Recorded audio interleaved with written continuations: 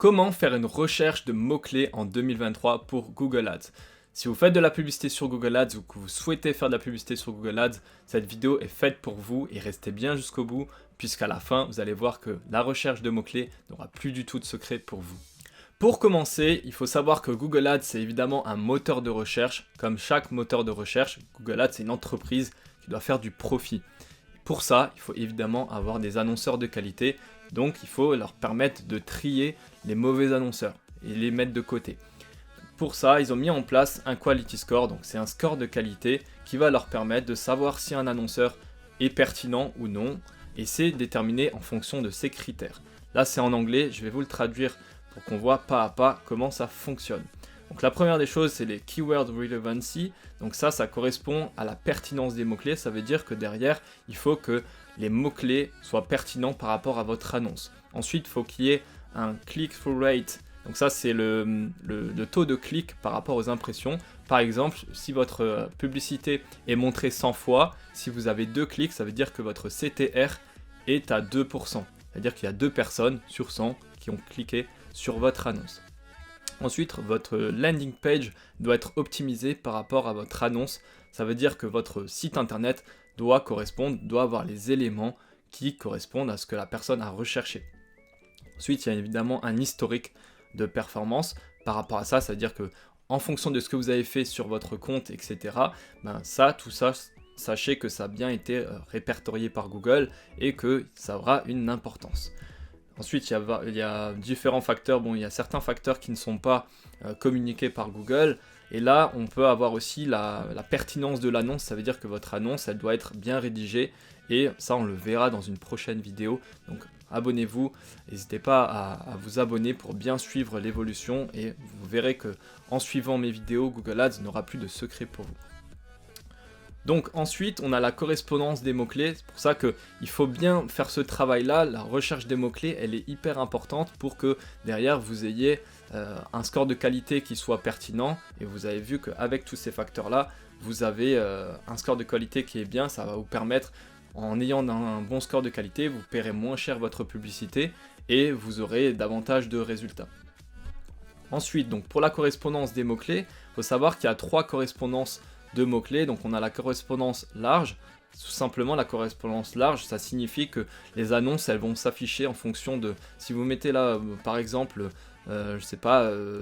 ballon de foot, en gros, si vous vendez un ballon de foot, si vous avez une correspondance large, ça veut dire que vous mettez aucune restriction à Google. Google va vous afficher sur des mots-clés qui n'ont pas grand-chose à avoir avec votre vente de produits. Par exemple, vous pouvez être visible sur est-ce que les ballons de foot sont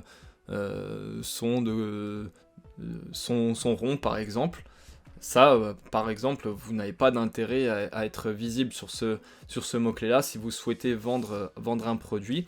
Donc la requête large, moi je la recommande pas trop puisque en fait Google va vous afficher sur des requêtes qui ont un petit lien, un petit rapport, mais pas forcément directement lié à votre mot-clé. Donc moi je le recommande pas trop. Je pense qu'il faut être surtout sur de l'expression exacte ou alors du mot-clé exact. Donc l'expression exacte, c'est simplement, là comme vous pouvez le voir ici, on a une correspondance qui est un petit peu plus proche de votre mot-clé. Et en faisant ça, vous allez avoir aussi, on va dire, la possibilité d'être visible sur davantage de requêtes. Parce que si vous êtes en mot-clé exact, le problème c'est que ce sera exact par rapport à ce que vous avez mis. Donc vous voyez, c'est entre crochets, ici c'est entre guillemets.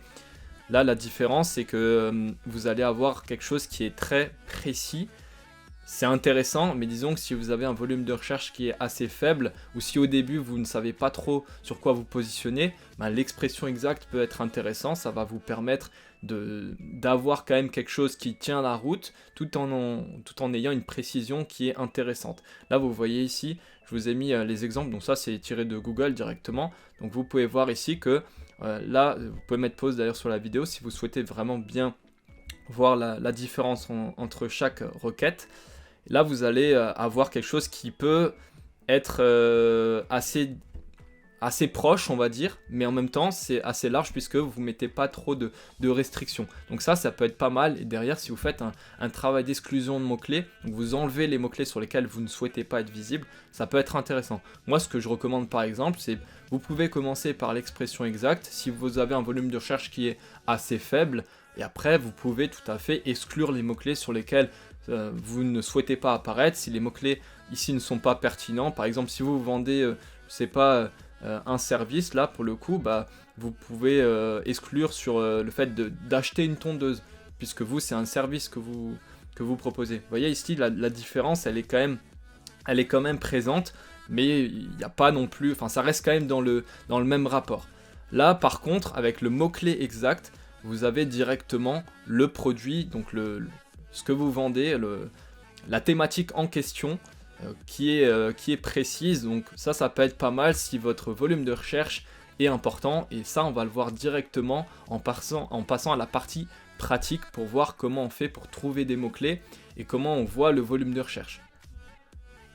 Donc maintenant on va se rendre directement sur l'outil de planificateur de mots-clés pour voir le volume de recherche et pour un peu avoir surtout des idées des mots-clés qu'on va pouvoir lancer. Donc là, on va se rendre directement donc dans Google Ads, on va aller ici dans Outils et paramètres, Outils de planification de mots-clés, donc Keyword Planner.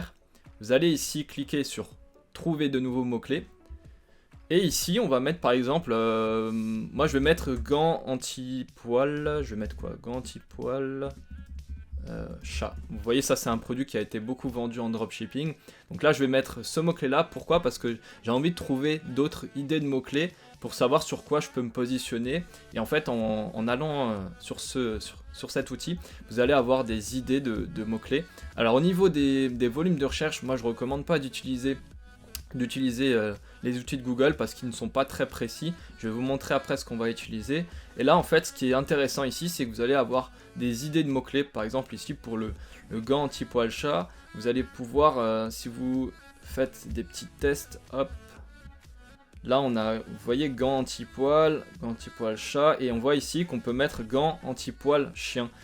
Ça c'est pas mal parce que du coup, hop, on a la possibilité de trouver en fait les mots-clés sur lesquels on peut se positionner, parce que c'est vrai, quand on lance un produit, on ne sait pas trop sur quels mots-clés on va pouvoir se positionner. C'est pour ça que cet outil est pas mal pour débuter, pour trouver des idées. Sinon, vous pouvez aussi faire ça, hein, gants anti-poil chien, hop, et là vous tombez sur... ou gants anti-poil chat, peu importe, vous tombez ici sur les différentes requêtes. Vous pouvez avoir des idées en allant directement, hein, sur Google, vous tapez votre produit, vous cherchez un petit peu les requêtes sur lesquelles vous pouvez être visible, etc. Donc ça peut être pas mal aussi. Et donc là, on va passer à l'outil, donc Ubersuggest, c'est l'outil qui va vous permettre de trouver le volume de recherche associé à chaque mot-clé. Par exemple, là, on fait gants anti-poil chat, peut-être que le volume de recherche sera assez faible. Là vous sélectionnez bien français, France, vous voyez ici le volume de recherche il est très faible. Donc peut-être qu'il faut aller sur d'autres mots-clés pour se positionner. Ici si vous descendez, vous avez l'estimation du volume pour des mots-clés qui sont assez proches de celui-ci. Donc ici vous avez le volume de recherche estimé, et ce qui nous intéresse aussi c'est le coût par clic estimé, parce que ça nous permet de savoir si on peut se positionner là-dessus ou si c'est trop cher. Voilà, s'il n'y a pas de volume de recherche ou si c'est trop cher, on va peut-être pas se positionner là-dessus. On cherchera quelque chose qui est un petit peu plus volumineux en termes de volume de recherche. Et par contre du coup le coût par clic ici, bon c'est une estimation comme je vous ai dit, ça veut dire qu'ici on peut avoir peut-être plutôt 25 centimes ou peut-être 15 centimes. En fait ça peut varier, mais c'est pour avoir une fourchette, pour avoir une idée sur laquelle on peut se baser. Avec Keyword Planner c'est pas très précis, j'aime pas trop. Et là bon évidemment ça peut être plus important. Par exemple si on est dans une période de Noël où les enchères vont être globalement plus importantes. Donc ici, vous pouvez voir aussi la tendance. Bon, cet outil peut être payant. Enfin, il y a une version payante. Moi, je recommande d'utiliser simplement la version gratuite. Vous allez voir que là, vous avez trois possibilités de recherche quotidienne pour que vous pouvez utiliser ce produit, cet outil gratuitement. Vous pouvez aussi utiliser, moi j'utilise un VPN, donc ExpressVPN, qui va vous permettre tout simplement de changer votre adresse IP. Et en utilisant ce petit hack, vous pourrez utiliser Ubersuggest sans problème, sans avoir de restrictions ici. Vous mettez en navigation privée et puis vous aurez la possibilité de rechercher à chaque fois, en changeant d'IP, de rechercher trois requêtes de mots-clés. Donc là on va mettre gants anti-poil, bon je peux mettre même ça, hein. Là peut-être qu'il y aura un petit peu plus, non c'est quoi? On va chercher, on va regarder ensemble. Là qu'est-ce qu'il nous propose? Peut-être brosse anti-poil, bon on va regarder un petit peu. Gants d'entretien, gants de brossage, ok. Donc si je mets brosse anti-poil, peut-être que c'est mieux. Voilà, vous voyez ici, on a un petit peu tâtonné, on a cherché avec d'autres idées. Bon, brosse anti-poil, peut-être que c'est pas assez précis, moi je pense que c'est ok. Même là, vous avez brosse anti-poil animaux, c'est parfait. Et vous avez un coût par clic qui est à 24 centimes pour un produit qui peut se vendre à 15 €. Bon, si on fait le calcul derrière, il faut faire des maths pour voir si on est rentable. De toute façon, il n'y a rien de plus important que le testing directement. C'est le marché qui aura raison, c'est pas votre recherche théorique, etc. Vous pouvez faire des calculs, ça peut être intéressant pour avoir une première idée. C'est sûr que si maintenant le mot-clé il y a 5 €, ça va être compliqué d'être rentable là-dessus. Donc ça peut être pas mal de faire cette recherche là. Vous avez pu voir du coup comment on fait une recherche de mots-clés sur Google Ads. Si la vidéo vous a plu, n'hésitez pas à la liker. Si vous avez des questions concernant le dropshipping, concernant Google Ads, n'hésitez pas à commenter, je vous répondrai directement en commentaire. Abonnez-vous, c'était Pierre, à la prochaine, ciao.